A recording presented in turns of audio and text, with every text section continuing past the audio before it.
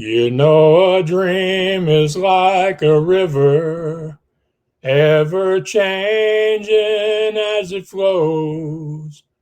And a dreamer's just a vessel that must follow where it goes, trying to learn from what's behind and never knowing what's in store.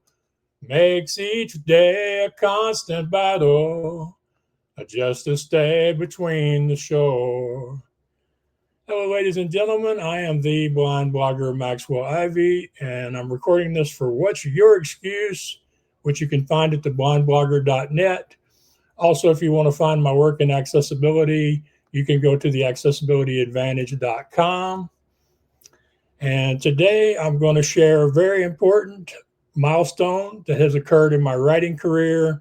I'm also going to tell you a little bit about how it came about and what I think it might mean for my future. So, first, let's talk about the music. Most of y'all know I sing on my podcast. Heck, if it weren't for having to come up with an intro for a video many years ago, I would have never faced my fear of singing in public to the point that I sing other people's songs and write my own song. But I felt the river, one I used to do a lot on my podcast, really fit the moment because I didn't arrive at where I'm at today. There's many stops along the way, and many times I had to be convinced that I had value to offer. So the announcement, I have had an article published by Consumer Reports magazine. You can find it on consumerreports.org. The topic is clever hacks for living with vision loss or blindness. And I drew on my many years of personal experience, as well as ideas that came to me from friends I've met along the way. But the most important part of the article is challenging people to come up with their own solutions and to allow friends and family members of all ages to participate in coming up with ideas to adapt your home or workplace. Again, it's consumerreports.org, and I will add a link along with this video. So let's look at how I got here. You know, we have to go back to start with. I have to thank my friend Adrienne Smith, my blogging mama, because she was the first one to help me understand that I had more to offer the world beyond just helping people sell carnival rides. And she helped me understand that I am inspirational because I have an excuse and don't use it when many other people don't have excuses.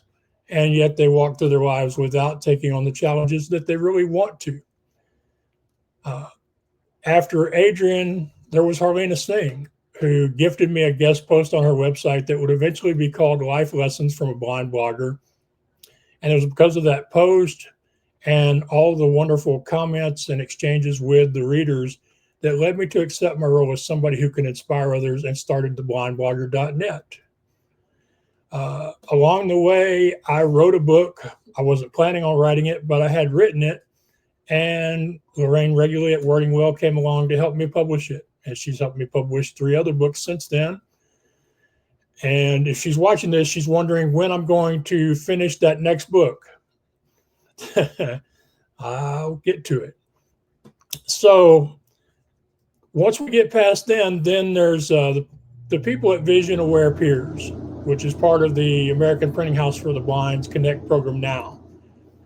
Neva Fairchild and Pre Rogers and Catherine Fredrickson, they helped me to see that I did have value to offer to the visually impaired community, something I was really just starting to come to terms with being part of myself at the time.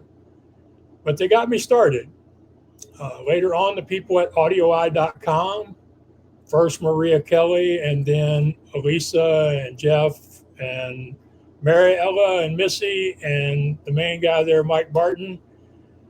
They've helped me to understand that they needed or wanted or both my storytelling ability so that I could share accessibility content in a way that would live in the minds of the readers. And I'll be honest, I tried to talk them out of hiring me. That's no exaggeration. I'm not saying it for entertainment value. But they convinced me, and it turned out that they were right. From there, the people at PHP Architect magazine reached out to me and offered me the opportunity to have a monthly column on the subject of accessibility called Barrier Free Bites. And so John and Eric and my editor Jackie there have been really helpful, keeping me going with that opportunity to share with the people who are actually building the online world that we live in. And then, of course, Chris Crouch at Reviewed Magazine, at what was their accessibility team, which sadly is no more, who gave me the opportunity to review physical products and share my thoughts on whether or not they were accessible for people with vision loss. And I'll never forget the opportunity of getting paid to play with Legos. So thanks, Chris.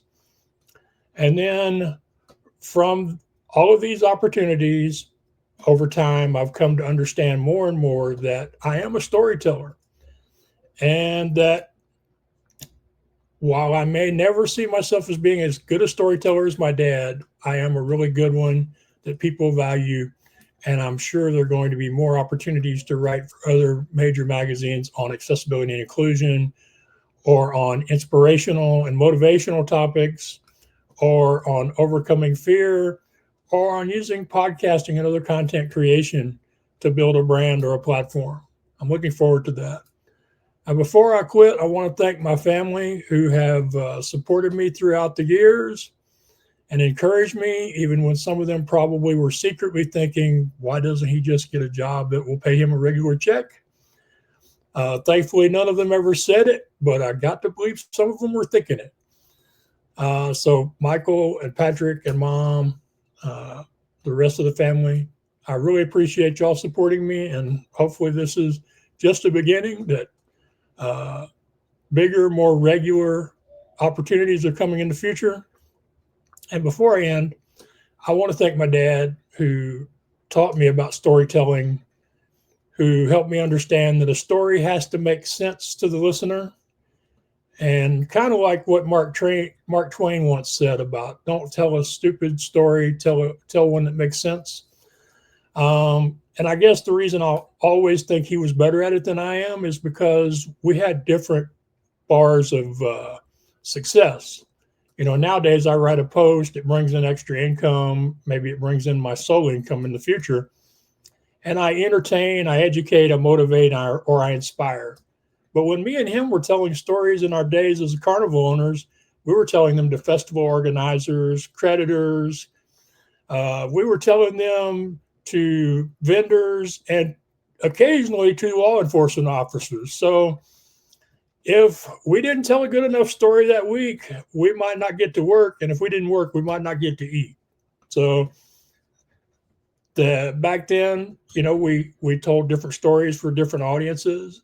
And hopefully someday I'll understand that his weren't better, mine aren't less, just different, and that they both have a lot of value that can bring joy and value to the rest of the world.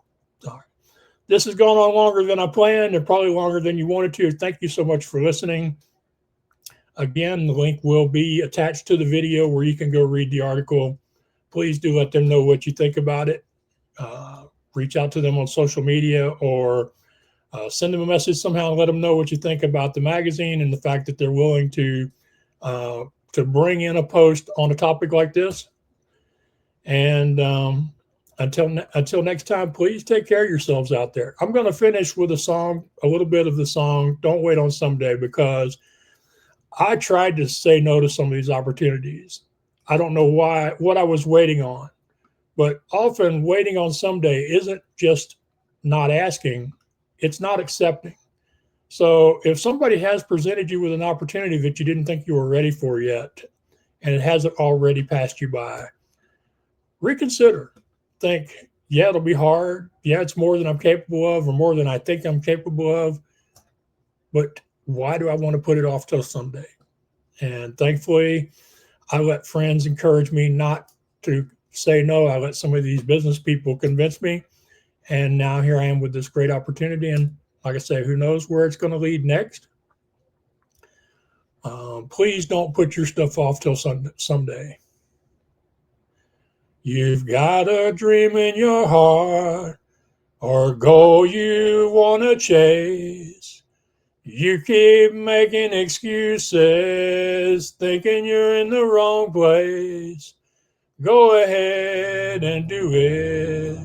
No one can run your race. No one's ever won a trophy by saying someday.